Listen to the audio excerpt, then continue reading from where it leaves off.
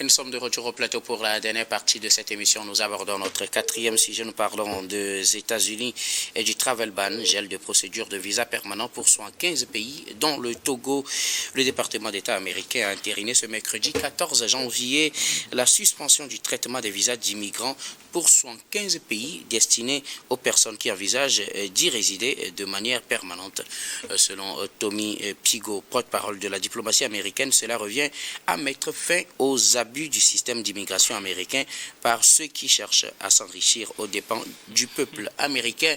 Les États-Unis compliquent donc les conditions d'entrée sur le territoire.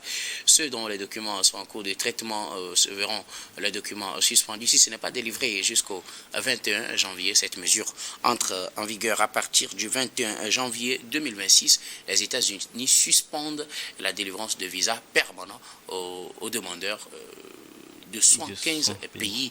Et selon les détails, selon rapporté par Republic of Togo, le Togo en fait partie. Le Togo, qui fait partie aussi de la liste des restrictions, se retrouve apparemment sur cette nouvelle liste des pays dont les visas permanents seront interdits sur cette nouvelle décision de la Maison-Blanche, une décision qui, je le rappelle, entre en vigueur à partir du 21 janvier 2026. Nous en parlons avec nos invités. Vous savez, chers téléspectateurs et chers invités, que pour le quatrième sujet, la parole est à qui veut la prendre en premier. Mais là, vous êtes deux. Bon, je ne sais pas trop, mais bon, je vous laisse le choix. Que celui qui veut commencer commence. Oui, je crois que il n'y a pas d'amalgame à faire. C'est pas parce qu'il y a une nouvelle liste qui est sortie et qu'on devait de suite parler du fait que peut-être le Togo est passé, en tout cas de restriction à interdiction. Je pense que lorsque vous lisez un peu les termes de cette nouvelle, tout simplement, je pense que c'est un récapitulatif de l'ensemble des pays concernés, plus ou moins, par la restriction ou carrément le traitement de visa entièrement. Rien n'a changé. Ce qu'on avait connu par le passé, notamment lié au fait que les visas de résidence permanents ne sont plus accordés. Mais je pense que les visas de tourisme, etc., rien n'a changé. Il faudrait quand même qu'on puisse... Cette nouvelle mesure concerne uniquement les résidents de résidence permanente. Oui. C'est pourquoi je dis les termes de ce qui avait été annoncé par le passé n'ont pas changé. C'est pourquoi je parle de récapitulatif de l'ensemble des pays qui sont concernés, plus ou moins par quelque chose des États-Unis. Mais bon, la grande question qui se pose aujourd'hui, nous savons que les États-Unis abritent la Coupe du Monde prochainement. Mais justement, on ne peut pas, puisque de toutes les façons, les motivations sont toujours restées, en tout cas, inconnues du grand public. Parce que lorsque vous prenez ces pays, il y a pas mal de pays qui sont concernés, mais ces pays sont la plupart du temps les alliés des États-Unis. Vous prenez, il y a pas mal de pays, parce que lorsqu'il n'y a pas que les gens ont tendance à croire que ce sont les pays africains, mais non, il n'y a pas que les pays africains. Et lorsque nous prenons la grande majorité, puisque entre-temps, il y avait un flou kafkaïen qui s'était donc invité dans ce débat-là, on nous disait que voilà, il y a une forte proportion des Togolais. Si nous prenons le cas togolais, puisque c'est la question qui est posée aujourd'hui, est-ce que le Togo a une forte proportion de migrants aux États-Unis? Ce n'est pas évident. C'est vrai que... On leur reproche de dépasser les délais de séjour. En fait, c'est ce qui est reproché. Oui, les délais de séjour, mais également ça aussi, c'est à prendre avec beaucoup de personnes. Nous savons que en tout cas, ce verbatif-là, le ministère des Affaires étrangères, surtout lorsque nous prenons le Togo, ne s'est pas véritablement donc exprimé sur la question. Donc, beaucoup de points restent occultés et qui ouvre le champ aux spéculations. C'est ce qui a conduit d'ailleurs même à certains à pouvoir dire que voilà, il y a les gens qui dépassent les délais de restriction, des gens qui prennent des visas de tourisme et après tout, c'est la résidence permanente. Mais nous savons également que ça existe certes et ce sont des options également que beaucoup de pays également essaient donc de partager.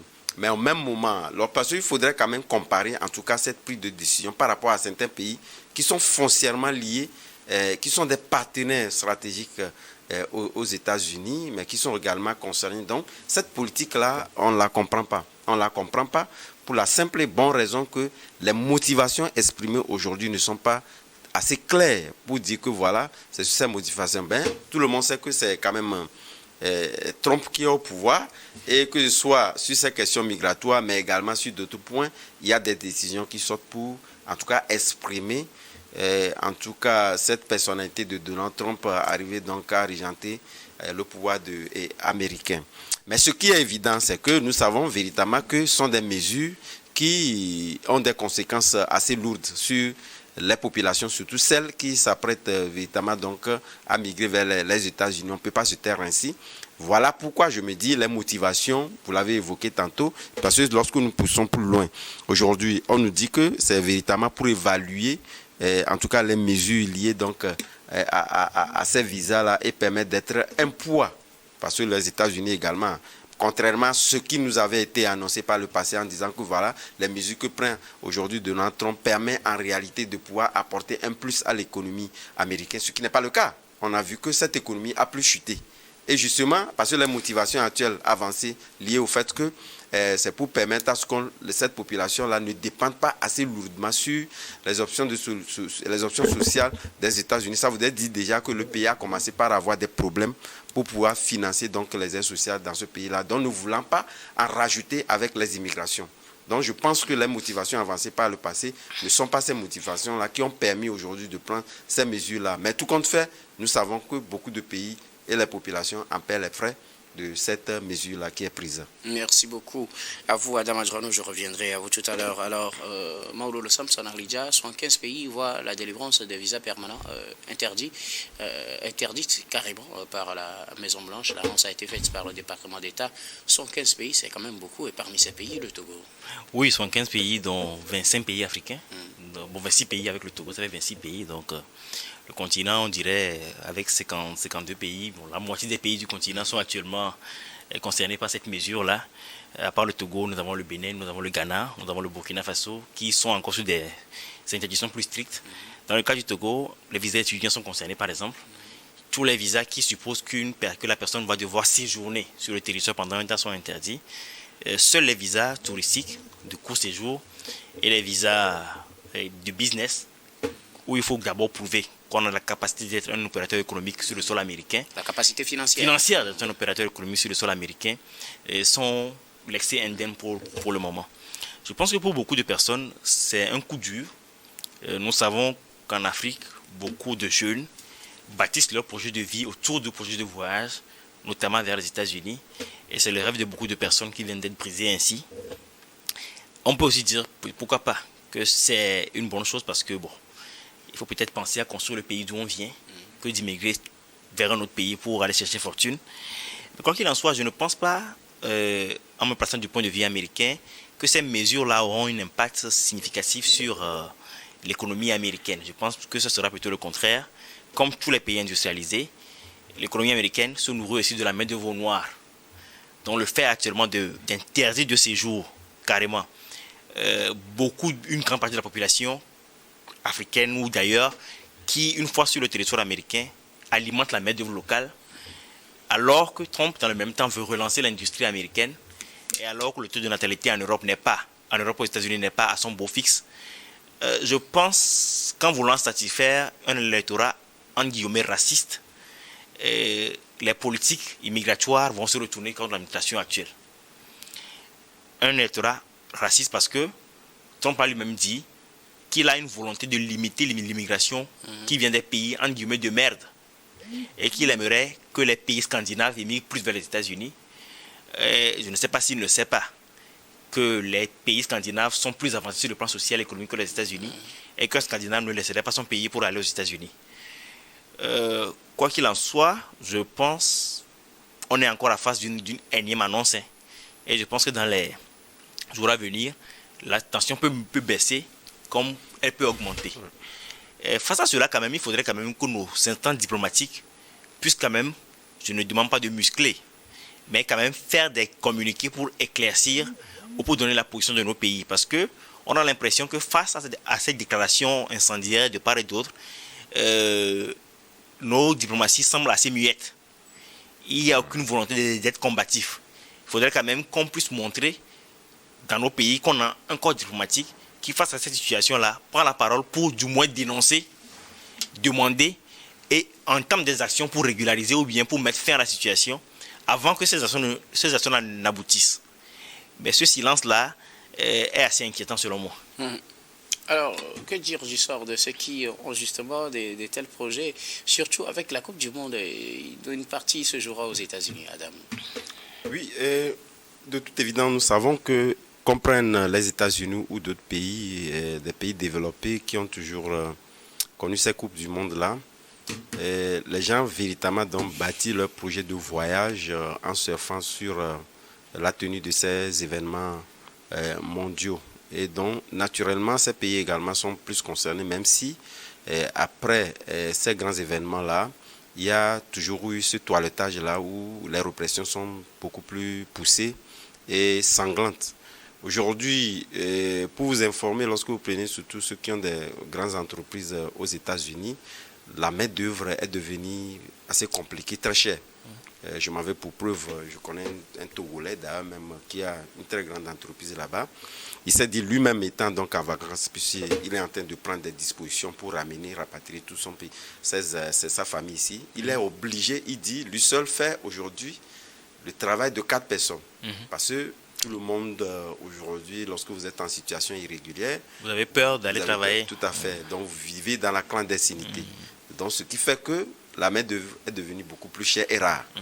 Donc vous convenez qu'avec moi que entre-temps, ils avaient dit, et le même patron avait dit par le passé que lors du premier mandat de Donald Trump, les dispositions qu'il avait prises leur a permis de pouvoir faire beaucoup plus d'économies. Donc aujourd'hui, il dit, vraiment, ça les tue plus. Donc, quelque part, je pense qu'il appartient donc à ces unités, puisque les motivations avancées par le passé par Trump, l'une de ses motivations, il disait véritablement que voilà, c'est parce qu'on a laissé des gens en situation irrégulière que les Américains autochtones même, ou qui sont en situation irrégulière, n'arrivent pas véritablement donc à trouver du travail à la hauteur, en tout cas des souhaits, et payer à juste titre. Aujourd'hui, c'est une évidence, mais lorsque vous avez ces main-d'œuvre-là, puis s'il y a des travaux qui ne sont faits que par ces gens, voilà, des étrangers, et justement ces travaux-là sont restés pour compte. Donc, ça voudrait dire que si la procédure continuait à l'avenir, les États-Unis auront plus de problèmes qu'ils n'en résolvent aujourd'hui. Parce que lorsque vous prenez, vous savez que l'économie américaine est spécifiquement basée naturellement sur la population. Et cette population-là qui est en train de créer, puisqu'il y a des gens qui essaient aujourd'hui de pouvoir partir par eux-mêmes pour éviter en tout cas le désir de se voir, en tout cas, rapatrier dans un pays que vous ne vouliez pas et justement ce que vous avez comme économie, pas comme ça. Donc je pense que, pour le dire, de toute évidence, on ne peut pas en tout cas parler de ce nouveau récapitulatif sans parler de cette Coupe du Monde-là. Et naturellement, des gens, on renvoie les gens, mais vous verrez que des gens iront toujours aux États-Unis avec l'idée de rester avec cette Coupe du Monde-là. Et je pense normalement, quand je posais le problème, parce que justement, c'est ce qui est dans la tête de plein de gens, mais quand on va dans un pays pour suivre une compétition sportive, dès que la compétition finit, vous rentrez chez vous. Oui, mais lorsque vous êtes professionnel, vous y allez, c'est le cas. Mais lorsque vous avez des intentions d'y résider de toutes les façons, avant même la fête de la compétition, vous disparaissez. Même il y a même des athlètes, parce que de toutes les façons, on en a connu, oui. qui après être dans le pays, donc disparaît dans la nature, mais avec l'idée de pouvoir trouver un bien-être, puisque c'est ce qui est dans la tête de plusieurs personnes. Moi, je pense qu'aujourd'hui, avec cette question, en tout cas d'immigration, où les populations subissent véritablement dans des services, cela doit appeler à la responsabilité de nos pays à faire en sorte que nos espaces puissent offrir plus d'opportunités et éviter qu'on puisse avoir en idée d'avoir un bien-être et qu'arriver, véritablement, c'est le fiasco. Et directement, les gens passent des années durant à pouvoir d'abord se chercher. Parce qu'il est très difficile, moi personnellement, vous me prenez aujourd'hui, il est très difficile de passer peut-être 1 ou 2 ans, ne serait-ce qu'à chercher le papier pour être un réfugié régulier ou pratiquement un résident régulier.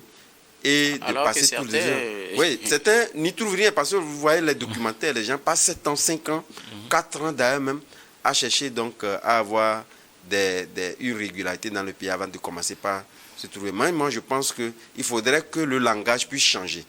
Le langage puisse changer parce que quelque part, ce langage-là est motivé réellement par certains parents qui y résident et en réalité ne donnent pas la vraie information que réellement, lorsque vous gagnez, vous pouvez évaluer. Mais je pense que lorsque vous êtes dans cette logique-là de venir vendre, en tout cas, des smères donc, aux gens à l'interne, il faudrait véritablement tenir un discours franc, un discours qui ne permet pas que les gens gaspillent des millions. Or, ces millions-là peuvent permettre en réalité de pouvoir commencer quelque chose ici et d'être beaucoup plus stable et demain pouvoir véritablement avoir les moyens pour faire une immigration régulière, pour visiter ce pays-là avec l'opportunité de pouvoir faire des échanges commerciaux serait plus rentable que de pouvoir perdre des millions pour en réalité aller perdre encore du temps et malheureusement pour certains également être rapatriés sans véritablement donc accomplir ce rêve-là. Ce rêve est brisé pour certains, mais que lire derrière cette politique américaine qui devient de plus en plus dure en matière d'immigration, Samson?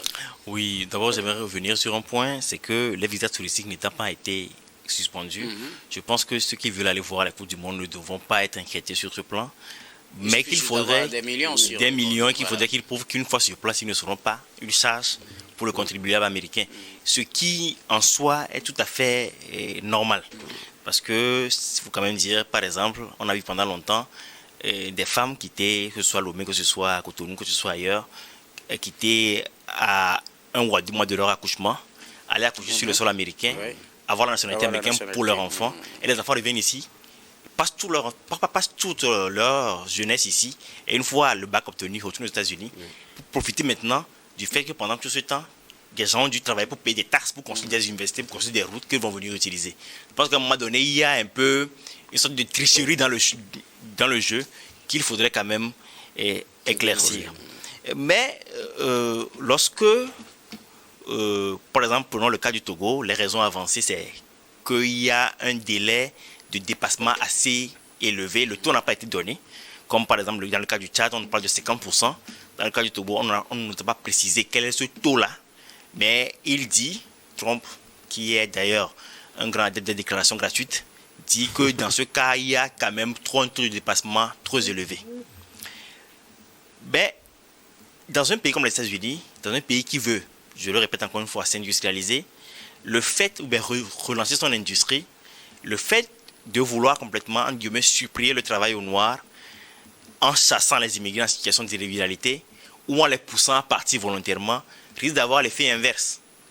Oui. Et à la fin, alors que le pays justement se prépare justement à accueillir la Coupe du Monde, où on a besoin de beaucoup de main-d'œuvre dans la restauration, dans les services aux personnes, dans le transport, on a aussi demandé quelle est la politique. C'est pour ça que lorsque je prends la déclaration de Trump qui est de dire qu'on veut plus de migrants en provenant des pays scandinaves, on se demande si finalement ce n'est pas une motivation purement raciste. Parce que sur le plan économique ou bien sur le plan géopolitique, ça n'a pas de sens au fait. La conséquence j'ai l'impression qu'ils veulent une Amérique en guillemets blanche, alors qu'ils sont même en situation d'envahissement sur un territoire qui n'est pas le leur. Donc, cette logique en guillemets de brigands qui a souvent été le sous-battement de la politique étrangère américaine s'illustre encore avec ce genre de propos. Il est possible que dans 2 jours, la liste aille à 100. Oui, c'est possible. Puis ça s'augmente. Ça s'augmente. Mais ce qu'il faudrait, c'est que il faut que nos dirigeants, la diplomatie togolaise, la diplomatie tchadienne, puissent au moins communiquer et entreprendre des démarches pour que ça puisse changer au fait. Même si ces démarches n'aboutissent pas, au moins l'action, au moins l'acte et le courage de pouvoir les entreprendre est nécessaire. Parce que là, depuis que le Togo a commencé par être sur la liste, nous n'avons pas eu de sortie publique officielle de notre diplomatie qui explique clairement voilà le problème, voilà la situation et voilà les démarches que nous avons entreprises pour pouvoir décanter les choses. La diaspora, que ce soit américaine, que ce soit européenne, elle pèse pour beaucoup dans le panier de la ménagère au Togo. Je pense que beaucoup de personnes seraient dans une situation d'indigence extrême s'ils n'avaient pas un cousin ou un parent aux États-Unis. Et si demain, il faut que tous ces gens soient rapatriés, cela peut avoir des incidences réelles sur le pouvoir d'achat des personnes. Et quand le pouvoir d'achat commence à se dégrader, c'est les manifestations politiques spontanées qui commencent et ça peut aller loin. Donc il faudrait vraiment que nos diplomaties répondent au moins par la voie diplomatique à Trump, qu'il ne soit pas, excusez-moi, la brute de la cour de récréation qui terrorise tout le monde parce qu'il est plus grand, plus gros que tout le monde et tout le monde se taise à un moment donné. Je pense qu'à un moment donné, il faudrait que ça s'arrête parce que même si nous sommes dans des pays pauvres, nous avons quand même notre dignité. Et face à quelqu'un comme Trump, je pense que tant que vous ne levez pas la voix pour lui dire stop, il va continuer. Oui, mais ce qu'il a dit est très important parce que quelque part, il vous en souvient que des questions nous étaient posées pêle-mêle par là parce que je pense que la réponse diplomatique, même ne serait que informative juste, est très nécessaire. Parce que je me rappelle lorsque le Le président du Conseil togolais était donc invité aux États-Unis avec, en tout cas, les accords entre la RDC et son voisin Rwanda. Et sur invitation, puisque c'était ce que véhiculait donc le communiqué de Donald Trump, le président du Conseil est donc invité. La question derrière, ce qui préoccupait les Togolais en réalité, c'était pas cette question sur la signature de ce contrat-là. Puisque les gens se disaient, voilà le président du Conseil qui devait donc voyager sur invitation de Donald Trump. Mais justement, on devait s'y attendre à ce qu'on puisse apporter des réponses assez concrètes sur cette interdiction-là qui était venue pratiquement au lendemain de cette visite-là. Bon, malheureusement, il n'y a pas eu de communication là-dessus. Donc, vous convenez qu'avec moi, que les Togolais vont se poser la question de savoir, bon, le président du Conseil a été invité, mais n'a pas pris en réalité donc cette constitution à bras le corps pour nous apporter des solutions assez efficaces ou nous informer sur la démarche qui a été faite. Mais n'oubliez pas également qu'on nous a toujours dit que le Togo a toujours une diplomatie assez, en tout cas, discrète, efficace et discrète, et ce sont les résultats qui sont toujours communiqués. Il faudrait quand même que cette population, je les prends au mot, en ayant en tout cas avec le bénéfice du doute que demain, je pense que cette question serait peut-être abordée, que ce sont les résultats qui vont nous être dévoilés les jours à venir. Merci beaucoup à vous tous pour vos contributions. Nous arrivons pratiquement à la fin de ce numéro de Regard Croisé, mais avant de nous séparer, notre habituel dernier tour d'étape, ce sera pour vos mots de fin sur un sujet de votre choix. Je commence par vous, Samson. Oui, merci. Merci d'avoir conduit le bateau à bon port. Merci. J'aimerais encore revenir, plaider encore pour une fois pour la libération de nos confrères Moussa Kaka et Youssouf Seriba, entre autres, qui sont enfermés à la prison de haute sécurité de Kolo au Niger depuis bientôt 2 mois et qui sont accusés d'avoir relayé sur des réseaux sociaux des informations de nature à troubler l'ordre public, alors que ces informations venaient même de la part du gouvernement lui-même. Je pense, et beaucoup de journalistes le pensent aussi, que cette arrestation est arbitraire, et je profite encore une fois encore pour plaider pour leur libération. Je pense que lorsqu'on veut défendre la souveraineté d'un pays, lorsqu'on veut construire l'Afrique de demain, ce n'est pas par la répression, mais par l'arrestation des voix libres et des voix dissidentes. Merci. Merci beaucoup. À vous, Maoulolo Samson Alidja, vous êtes journaliste et analyste politique. Merci d'être passé sur ce plateau. Merci pour l'invitation. Adam Adjonou, vos mots de fin. Oui, mes mots de fin, je crois que c'est une doléance à l'égard de l'entreprise, parce qu'il vous en souvient que lorsque vous voyagez de Lomé au nord, à la hauteur, je pense que de Soutoubois, la route est en construction. Et lors d'un récent voyage, vous allez constater que avec cette construction, il y a pas mal d'accidents qui se produisent liés au fait que la visibilité est assez limitée. Donc moi, ma doléance en réalité était de porter à ces entreprises-là et de faire un effort de temps en temps de pouvoir toujours arroser la voiture. Parce que lorsque vous prenez une petite voiture, je vous assure qu'à longueur, lorsque vous avancez, il y a pas mal d'accidents. Mais ces accidents ne sont pas dus au fait qu'il n'y a pas de régularité, la régularité est forte. Mais au même moment, c'est parce que la visibilité est assez limitée. Et lorsque vous prenez, que ce soit les gros bus qui passent, il y a tellement de la poussière et que carrément vous passez près de 5 minutes sans voir devant. Et donc, tout à fait, l'obstacle est assez réel. Et donc, moi, c'est cette doléance-là que je voulais porter à ces entreprises-là, par l'entremise du ministère chargé de faire un effort que régulièrement, que cette route-là puisse être arrosée pour que chacun puisse arriver à bon port lorsqu'on apprête la nationale numéro 1 à hauteur donc, de Soutoubois. Merci beaucoup. À vous, Adam Adjonou. Je rappelle que vous êtes journaliste et analyste politique. Merci d'être passé sur ce plateau. C'est moi, docteur. Nous disons également merci à toutes les équipes techniques et rédactionnelles qui nous ont aidés à préparer et à présenter cette émission. Merci beaucoup à Richard Kourfanga à la réalisation et à Hervé Tatanga à la diffusion. Merci à Mathieu plutôt à la caméra et à tous ceux qui nous suivent. Merci. On se retrouve demain avec le même plaisir pour un autre numéro de Regard Croisé.